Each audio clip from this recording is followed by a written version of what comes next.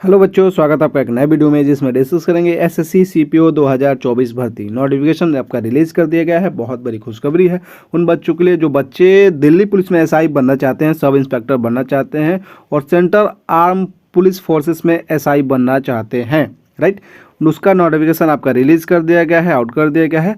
और इस भर्ती में आपका क्या क्या एलिजिबिलिटी है, एज क्या है, सैलरी क्या है, सिलेबस क्या, एग्जाम पैटर्न क्या है, सिलेक्शन प्रोसेस क्या है और क्या आपका एलिजिबिलिटी है, वो सारा कुछ डिस्कस करने वाले हैं। और ये गलती आपको मत करना है, मतलब आप ये गलती मत कीजिएगा, नहीं तो आपको बहुत ज़्यादा दिक्कत आने वाला है। क्योंकि आपका किस तरीके से आपको रजिस्ट्रेशन वगैरह किस वेबसाइट से करना, वो सारा कुछ यहाँ पर डिस्कस करने वाले हैं। तो वीडियो को अंत तक देखिएगा, वीडियो को स्किप मत कीजिएगा। एंड चैनल पर हमारे फर्स्ट टाइम विजिट किया है, चैनल को कर लीजिए सब्सक्राइब, बेल आइकन के बटन को प्रेस कर लीजिए ताकि जो भी अपडेट इन्फॉर्मेशन आए सबसे पहले आप तक पहुँचते रहे। तो चलिए लेके चलते हैं ऑफिशियल नोटिफिकेशन पे। यहाँ पे आप देख सकते हैं ये एसएससी का जो ऑफिशियल नोटिफिकेशन जारी किया गया है। और ये देख सकते हैं यहाँ पे sub inspector in Delhi police and central arm police forces examination 2024। यहाँ पे आप देख सकते हैं, यहाँ पे date for submission online application, मतलब 4 मार्च कल से ही आपका फॉर्म फिलअप स्टार्ट हो चुका है। जी हाँ, 4 मार्च से ही आपको फॉर्म फिलअप स्टार्ट हो चुका है। और आपका जो फॉर्म फिलअप चलने वाला है 4 मार्च से 28 मार्च तक। राइट, कितने तारीख से 4 मार्च से 28 मार्च तक आप फॉर्म फिलअप कर सकते हैं, लास्ट डेट है आपका। और जो आपका पेमेंट का लास्ट डेट है वो है 29 मार्च। ओके, ये आपको ध्यान में रखना, 2 दिन एक्स्ट्रा मिल रहा है for online fee payment. Right, और जो ये विंडो है फॉर एप्लीकेशन फॉर्म करेक्शन का है, यहाँ पे आपको मिल जाएगा 30 से 31। राइट, 30 तारीख से 31 तारीख तक के बीच में आप फॉर्म करेक्शन कर सकते हैं। और एग्ज़ाम आपका कंडक्ट कराया जाएगा मई में, 9, 10 एंड 13 मई, ये आपका एग्ज़ाम डेट रहने वाला है। तो आप नोट कर लीजिए, मतलब सारा कुछ क्लियर एंड कट है, मतलब कुछ भी इसमें सस्पिशन वाली बात नहीं है। सब कुछ कैलेंडर वगैरह जारी हो चुका है, तो ये आप देख सकते हैं। सब इंस्पेक्टर जीडी इन सीएपीएफ की बात करें तो आपका जो लेवल 6 का सैलरी मिलेगा, ग्रुप बी का ये पोस्ट होता है, नॉन गजेटेड नॉन मिनिस्ट्रियली है, लेकिन एसआई के पद पे आपको जाना होता है। डायरेक्ट आप सीएपीएफ में आप डायरेक्ट एसआई के पद पे जा सकते हैं। ओके, सीएपीएफ में क्या क्या पोस्ट होते हैं मैं आपको भी बता दूं। यहाँ पे 35,400 लेके 1,12,400 रुपये तक आपको पेमेंट यहाँ पे मिलेगा। मतलब कि आपको ये लेवल 6 का सैलरी है, मतलब ये 35,400 बेसिक है। ये अच्छा खासा, मतलब आपको 50 प्लस आपको इन हैंड सैलरी मिलने वाला है यहाँ पे, ये आप ध्यान दीजिएगा। सेम चीज़ यहीं पे दिल्ली पुलिस में जो बच्चे मेल फीमेल जो बच्चे दिल्ली पुलिस में एसआई बनना चाहते हैं उनको भी लेवल 6 का सैलरी मिलेगा, 35,400 से लेके 1,12,400 रुपये। Okay, is classified group C by Delhi police, ये दे रखा है, साफ साफ यहाँ पे क्लियर कर दिया गया है। सैलरी क्या, अभी टेंटेटिव वैकेंसी की बात करें तो 4,000 प्लस वैकेंसी यहाँ पे रिलीज़ किया गया है। अगर बात करें sub inspector Delhi police male category के लिए तो टोटल 125 वैकेंसी है।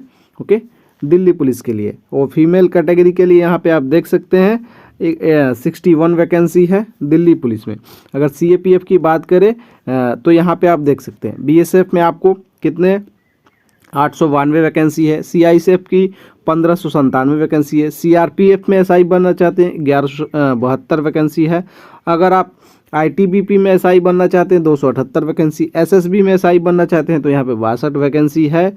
और यहाँ पे बात करें टोटल आपका 4,000 प्लस, मतलब कि 4,001 वैकेंसी है, 4,001 ये और 61 ये 125 है, टोटल काउंट आप कर लीजिए 4,100 समथिंग आपका वैकेंसी यहाँ पे क्लियर हो रहा है।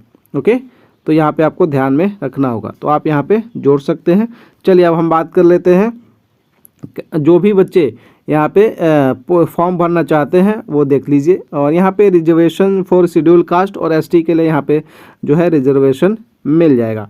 चलिए हम बात कर लेते हैं इंपॉर्टेंट पॉइंट, जैसे कि आपका एज लिमिट जो होना चाहिए वो 1/8/2024, मतलब कि आपका 1 अगस्त 2024 तक आपका 18 साल हो जाना चाहिए भैया। क्या 18 साल हो जाना चाहिए, ये आपको ध्यान में रखना होगा। जो एज लिमिट में छूट दिया गया है, एससी एसटी को 5 इयर्स का एज रिलैक्सेशन मिला है, ओबीसी को 3 साल का छूट मिला है और एक्स सर्विसमैन को यहाँ पे 3 साल यहाँ पे भी दे रखा है। दिल्ली पुलिस में भी सेम कैटेगरी कोड यहाँ पे दे रखा है, 35 साल तक फॉर्म भर सकते हैं, 40 साल तक विडो वाले, यहाँ पे विडो वाले ओमेन एंड ओमेन ये दे रखा है। एससी एसटी के लिए 40 साल तक दे रखा है।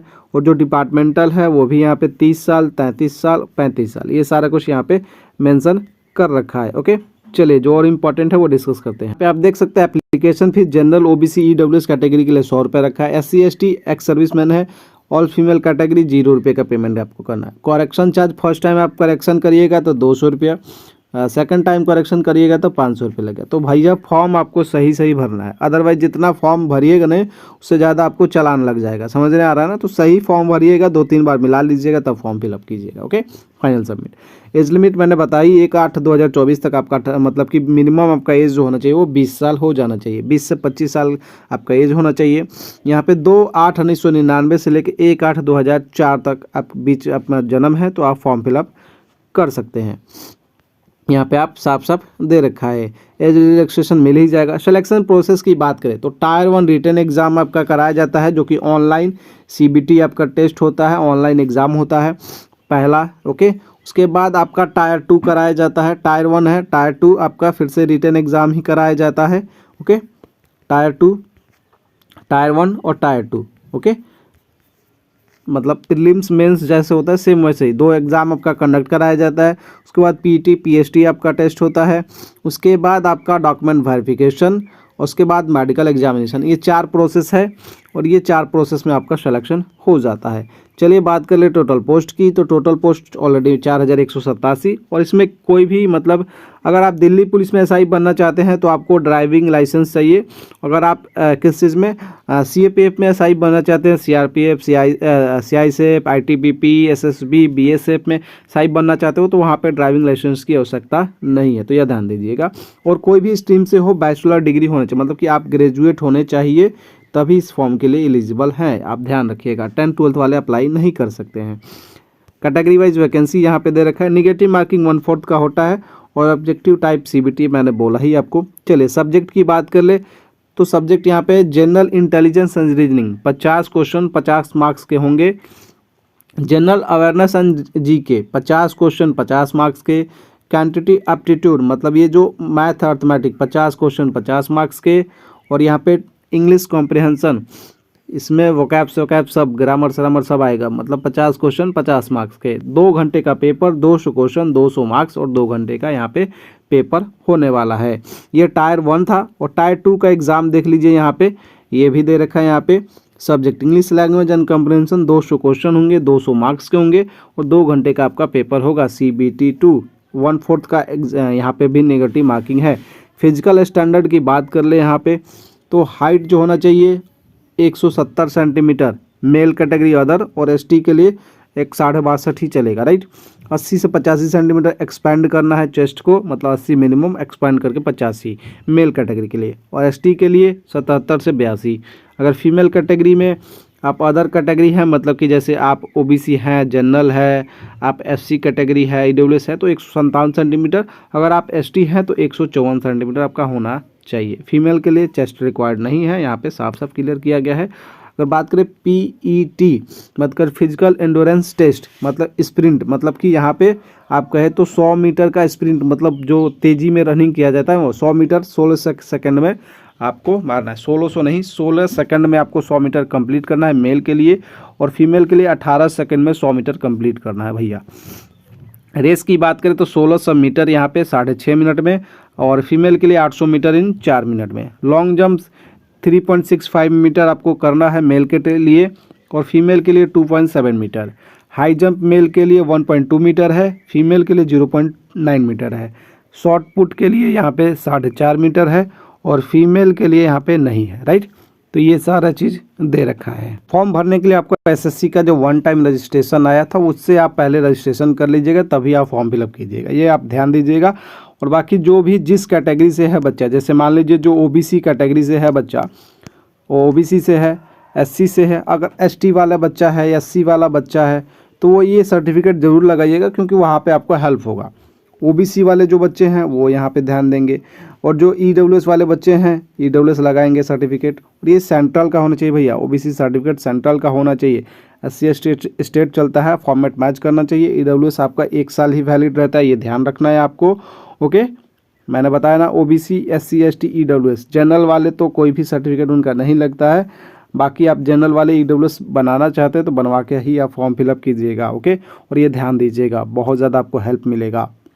जैसे कि मैंने बताया आपको। ओके, आप देख लीजिए फॉर्म भरने के लिए सबसे पहले आपको वन टाइम रजिस्ट्रेशन करना होगा। यहाँ पे one time registration, personal detail, password creation और एडिशनल डिटेल्स और डिक्लेरेशन करके ही आपको यहाँ पे प्रीव्यू OTR करना है, मतलब कि वन टाइम रजिस्ट्रेशन। उसके बाद डिक्लेयर करके उसके बाद ही इसको आगे सबमिट करना है, तब जाके ये आपका कंप्लीट हो जाएगा। जब तब पार्ट 2 में आपको एप्लीकेशन फॉर्म भरना है। तो सबसे पहले आपको वन टाइम रजिस्ट्रेशन करना है और वन टाइम रजिस्ट्रेशन करने के बाद फिर से यहाँ पे screenshot of online application, online form. यहाँ पे देखिए कैंडिडेट, यहाँ पे डिटेल्स इस तरीके से आपको personal details, new name, father's name मतलब चेंज हुआ है तो मदर्स नेम, और उसके बाद सारा कुछ यहाँ पे date of birth, pin code, ये सारा कुछ इस तरीके से आप देख सकते हैं। इस तरीके से आपको फॉर्म भरना है, मतलब कोई भी गलती नहीं करना है। सारा कुछ यहाँ पे नोटिफिकेशन में दे रखा है किस तरीके से। लाइव फोटो भी आपको कैप्चर करना है, ध्यान दीजिएगा। और फोटो जो होना चाहिए सीधा होना चाहिए, मतलब कि फ़ोटो ये नहीं होना चाहिए कि आप एक कान दिख रहा है एक नहीं दिख रहा है, दोनों कान आपका दिखना चाहिए। आप स्ट्रेट होने चाहिए। टोपी आपको नहीं पहनना है, मतलब कैप आपको नहीं लगाना है, और ना ही आप पूरा मतलब कि कैप वगैरह मत पहन लीजिएगा। और अच्छा ड्रेस पहन के, और बैकग्राउंड भी आपका लाइट होना चाहिए, आपको ध्यान में रखना होगा। ओके, और जो लाइव फोटो है वो भी आपको मैच करना चाहिए आपके। और जो फोटो होना चाहिए 3 मंथ ओल्डर, मतलब 3 मंथ से पुराना नहीं होना चाहिए, मतलब 3 मंथ के अंदर ही होना चाहिए, और उससे ज़्यादा पुराना नहीं होना चाहिए। लास्ट में प्रीव्यू आपको करना है, प्रीव्यू करके तभी आपको नेक्स्ट पेज यहाँ पे करिएगा, और ये जाके फ़ोटो और सिग्नेचर लास्ट में अपलोड करिएगा। उसके बाद डिक्लेरेशन यहाँ पे करके, यहाँ पे एग्री करके, और यहाँ पे सेव एंड नेक्स्ट कर दीजिएगा। उसके बाद यहाँ पे, और जो आपका देख लीजिए, मैं आपको एक चीज़ दिखा दूँ जो मैं आपको बता रहा था ना, वो आप देख लीजिए। ये एक्स सर्विसमैन के लिए, जो एक्स सर्विसमैन होंगे, और जो देख लीजिए SC ST सर्टिफिकेट जो है ना, इस फॉर्मेट में होना चाहिए। इस फॉर्मेट में, यही फॉर्मेट आपको यूज करना होगा। ये आपको ध्यान में रखना। SC ST ये 2 पेज का फॉर्मेट है, यही आपको यूज करना है। ओके, और जो बच्चे हैं, बात कर ले आपके कौन से, जो OBC बच्चे हैं वो इस फॉर्मेट में आपका होना चाहिए। मतलब कि OBC आपका ऑनलाइन वाला भी चलेगा, SC ST भी ऑनलाइन वाला चलेगा, बट ये वाला फॉर्मेट आपका मैच कर, मतलब कि OBC जो है ना, ये सेंट्रल गवर्नमेंट का होना चाहिए, ध्यान में रखना होगा। सेंट्रल गवर्नमेंट का मतलब भारत सरकार का ही होना चाहिए। ओके, चलिए ये बात करें EWS कैटेगरी के लिए। ये देख लीजिए, यहाँ पे ऐसा होना चाहिए फॉर्मेट आपका EWS के लिए। ओके, चलिए अब कोई इसमें दिक्कत नहीं है। हाँ, अब कोई दिक्कत नहीं। 58 पेज का है, आप पूरा पढ़ते तो बहुत आपको टाइम लगता। ओके, चलिए, और ये एसेंशियल क्वालिफिकेशन दे रखा है, BA 5 कोड, BA ऑनर्स, तो ये उस फॉर्म भरते टाइम आप यूज़ कर लीजिएगा, यहाँ पे दे रखा है। बाकी वीडियो कैसा लगा ज़रूर बता दीजिएगा। इन्फॉर्मेशन मैंने सारा आपके साथ शेयर कर दिया। कोई अगर आपको डाउट रहता है तो आप कमेंट सेक्शन में हमें आस्क कर सकते हैं, या फिर आप हमें कहाँ पूछ सकते हैं, हमारे व्हाट्सएप नंबर पे। टेलीग्राम का लिंक और व्हाट्सएप चैनल का लिंक, दोनों का ही लिंक आपको डिस्क्रिप्शन मिल जाएगा, सो वहाँ पे ऐड हो जाए। मिलते हैं एक नए वीडियो में, तब तक के लिए बाय, जय हिंद, जय भारत, वंदे मातरम।